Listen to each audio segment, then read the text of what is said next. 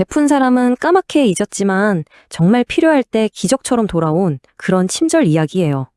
한 70대 할머니가 계셨어요. 이 말이 과연 진짜 세상에서도 맞는 말일까? 궁금해 하셨죠. 남편과 행복하게 잘 살고 내셨는데 다 키운 자식 셋이 문제였어요. 이들이 자꾸 손을 버리기 시작했거든요. 어느 날 큰아들이 찾아와서는 아내 꿈이라면서 카페 차리게 큰돈 좀 달라는 거예요. 그래서 카페에 한번 가보셨더니 며느리가 글쎄 젊은 손님 떨어진다고 어머니를 막 타박하는 거 있죠?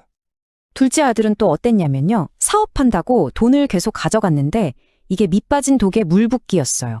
나중에 알고 보니 그 돈으로 자기 아들을 몰래 유학 보냈더라고요. 정말 기가 막히죠. 딸은 또 사고뭉치 남편 합의금 때문에 계속 돈을 달라고 손을 벌렸고요. 그런데 갑자기 의지하던 남편마저 뇌출혈로 세상을 떠나고 말았습니다. 모든 게 무너졌죠. 혼자가 되자마자 자식 셋이 약속이나 한 듯이 한꺼번에 돈을 요구하기 시작했어요.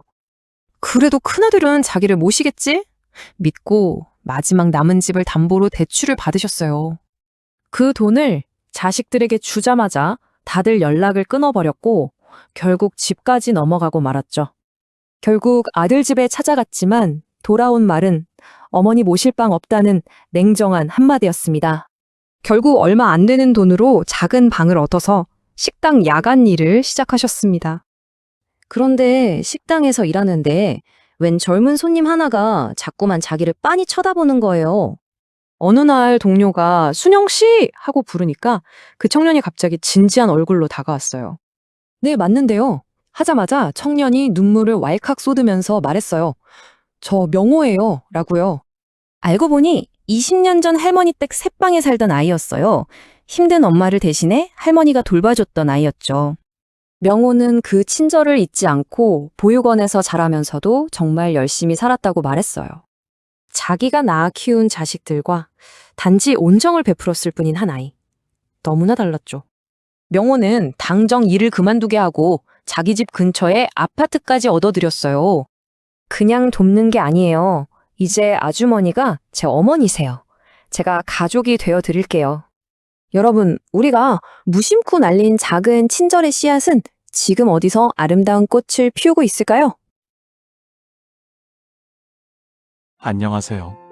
화제의 사연을 모아 다양한 입장에서 재조명해보는 사연 공감입니다.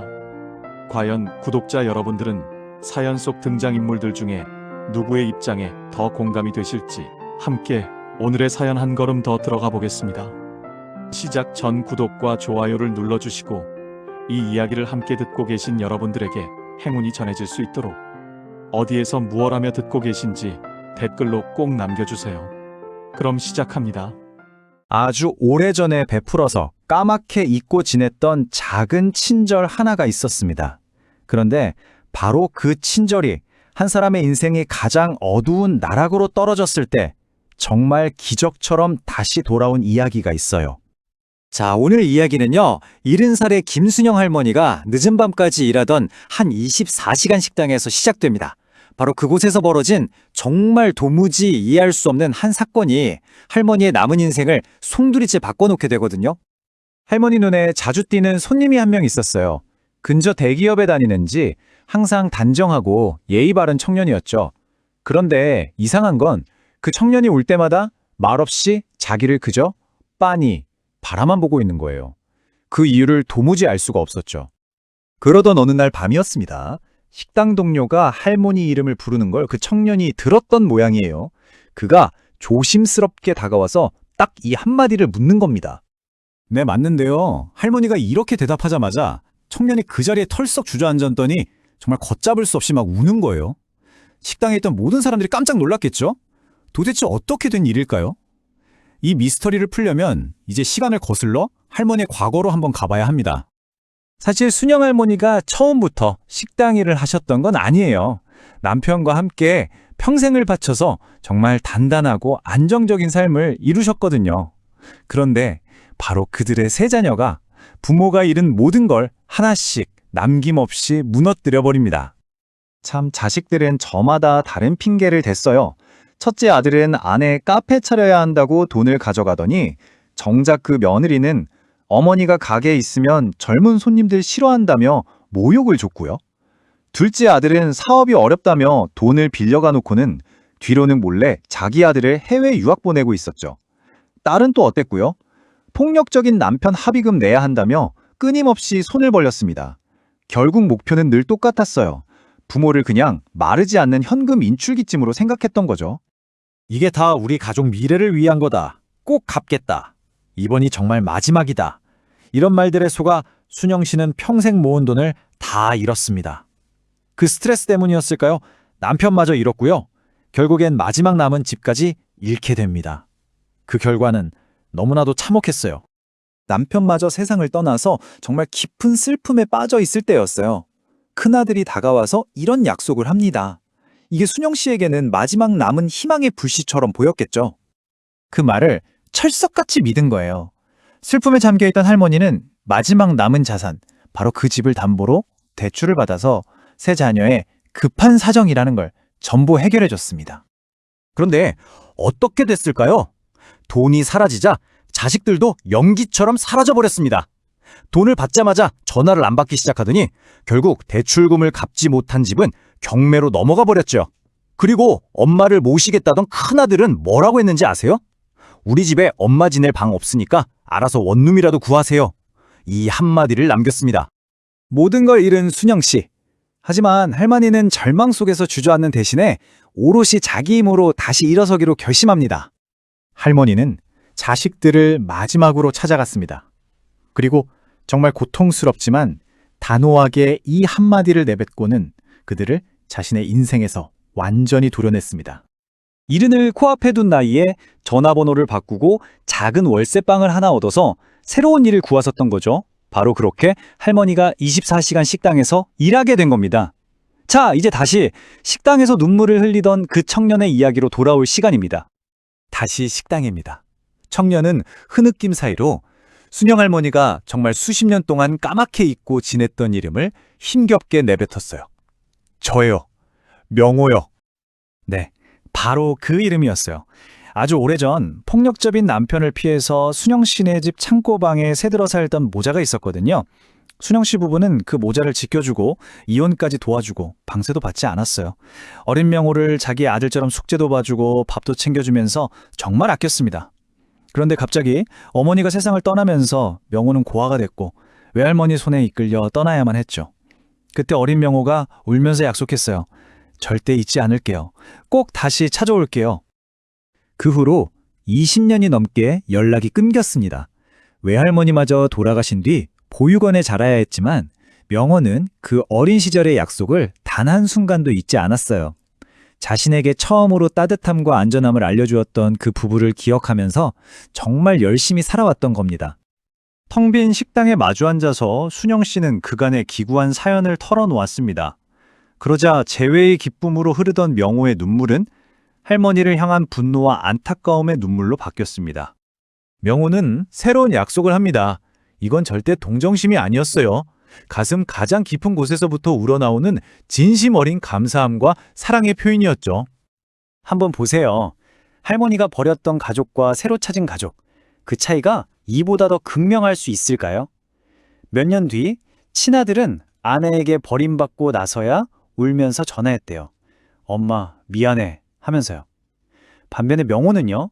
자기 아내와 갓 태어난 딸을 데리고 할머니의 새 집으로 찾아와서 이렇게 말하는 겁니다. 주말에 같이 식사해요. 우리 딸이 할머니 보고 싶어해요. 명호는 말로만 그치지 않았습니다. 할머니가 다시는 힘들게 일하거나 돈 걱정하지 않으시도록 깨끗하고 안전한 새 아파트를 하나 마련해 드렸어요. 그리고 자신의 가족, 그 한가운데에 할머니를 위한 자리를 아주 따뜻하게 만들어 주었죠. 순영 씨는 그때 비로소 깨달았습니다. 아, 가족의 진짜 의미는 핏줄로 이어지는 게 아니구나. 조건 없이 서로를 지켜주는 의리, 그리고 감사함과 사랑, 바로 그걸로 맺어지는 거구나 하고 말입니다. 배신 때문에 산산조각 났던 할머니의 삶.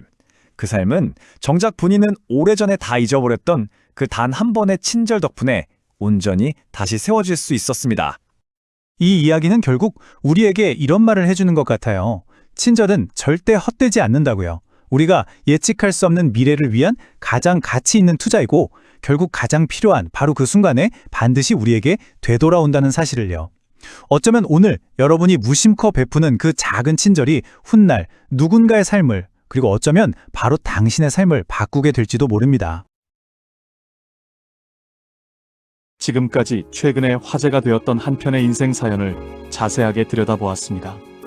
여러분은 이 이야기를 듣고 어떤 생각, 그리고 어떤 감정을 느끼셨나요? 바로 이어서 만나볼 영상은 많은 분들이 공감하고 좋아요를 눌러주신 인기 댓글들에 대한 내용입니다. 함께 가보시죠. 안녕하세요. 오늘은 좀 특별한 방식으로 이야기를 하나 풀어볼까 합니다. 어떤 사건을 직접 파고드는 게 아니고요. 그 사건을 지켜본 수많은 사람들의 목소리, 바로 댓글을 통해서 그 안에 숨겨진 진짜 의미를 찾아보는 시간입니다.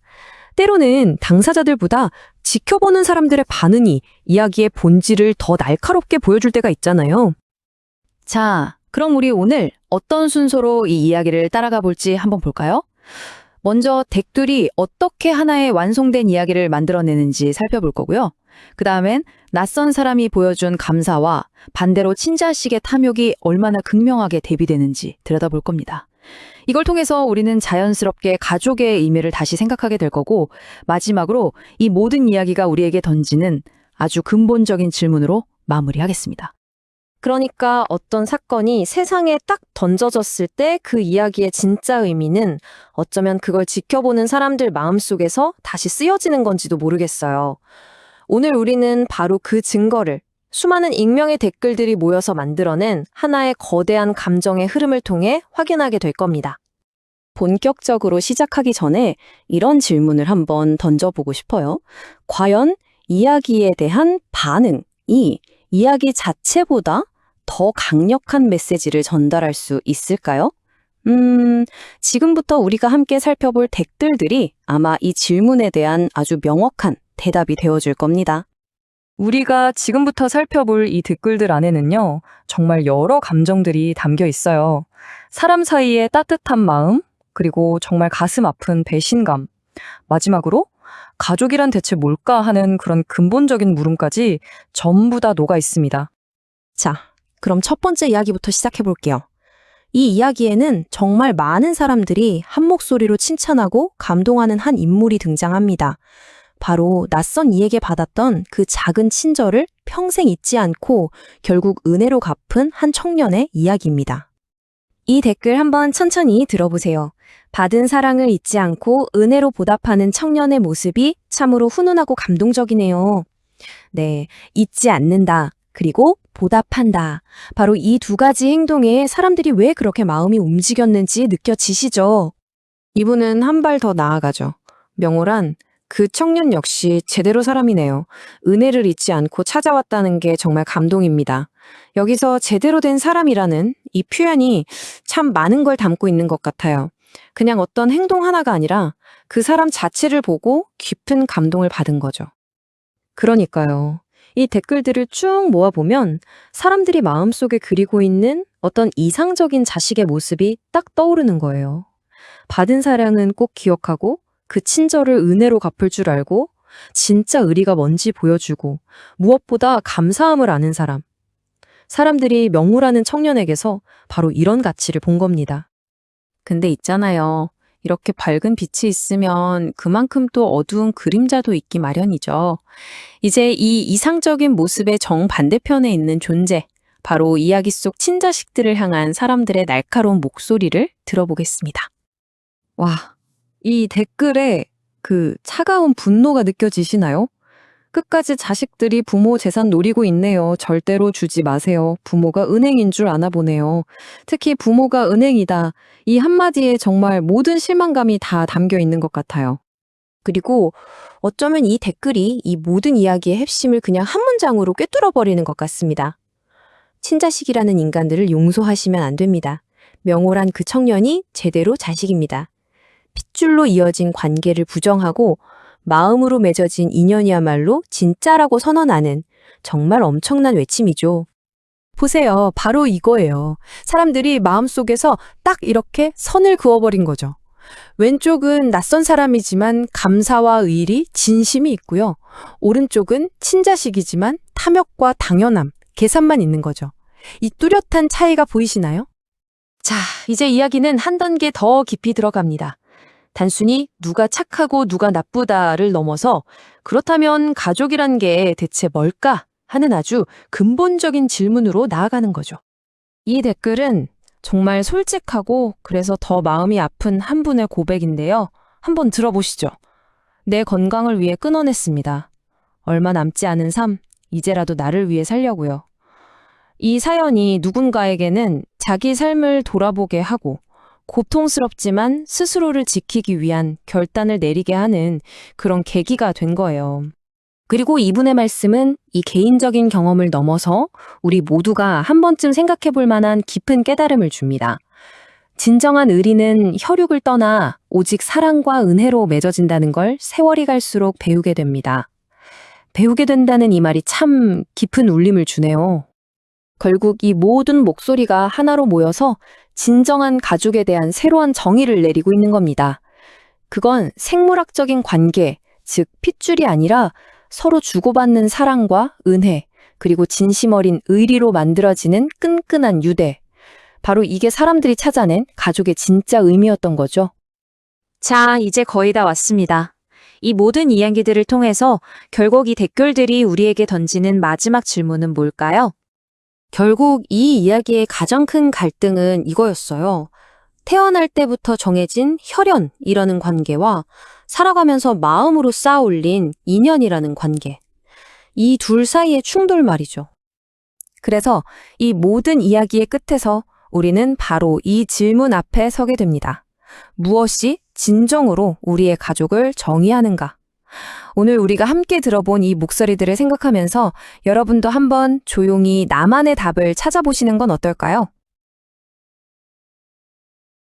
지금까지 화제의 사연과 그에 대한 댓글을 통해 다양한 목소리를 들어보았는데요. 정말로 사연 속 주인공에게도 잘못과 책임이 있는 것인지 여러분들의 의견 또한 궁금합니다. 오늘의 사연에 공감하시는 부분이 있었다면 구독과 좋아요를 눌러주세요. 그리고 사연의 주인공을 위한 따뜻한 말씀과 함께 구독자 여러분들의 의견을 댓글로 부탁드립니다. 당신의 삶에 작은 공감을 더하고 싶은 사연 공감이었습니다. 감사합니다.